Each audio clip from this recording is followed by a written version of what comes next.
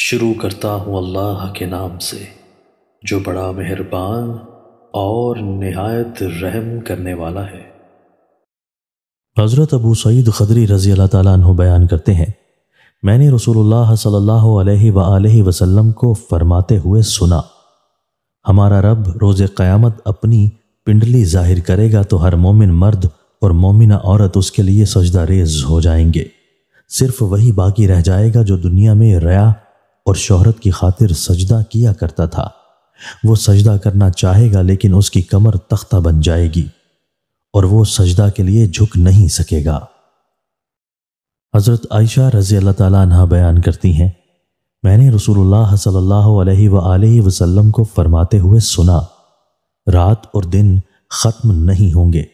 حتیٰ کہ لات اور عزا کی پوجا کی جائے گی۔ میں نے عرض کیا، اللہ کے رسول، جب اللہ نے یہ آیت نازل فرمائی، وہ ذات جس نے اپنے رسول کو ہدایت اور دین حق دے کر مبعوث فرمایا تاکہ وہ اسے تمام ادیان پر غالب کر دے، خواہ مشرک اسے ناگوار جانے، تو میں خیال کرتی تھی کہ یہ حکم تمام زمانوں کو شامل ہوگا۔ آپ صلی اللہ علیہ وآلہ وسلم نے فرمایا، اس دین کے مکمل کرنے میں جو اللہ چاہے گا وہی ہو جائے گا، پھر اللہ ایک خوشگوار ہوا چلائے گا۔ اس وقت جس شخص کے دل میں رائی کے دانے کے برابر ایمان ہوگا وہ وفات پا جائے گا، اور صرف وہی باقی رہ جائے گا جن میں کوئی خیر نہیں ہوگی،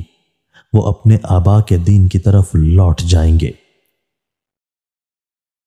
دوستو، اللہ تعالی ہمیں ان احادیث مبارکہ پر عمل کرنے اور اپنی زندگیوں کو سنوارنے کی توفیق عطا فرمائے۔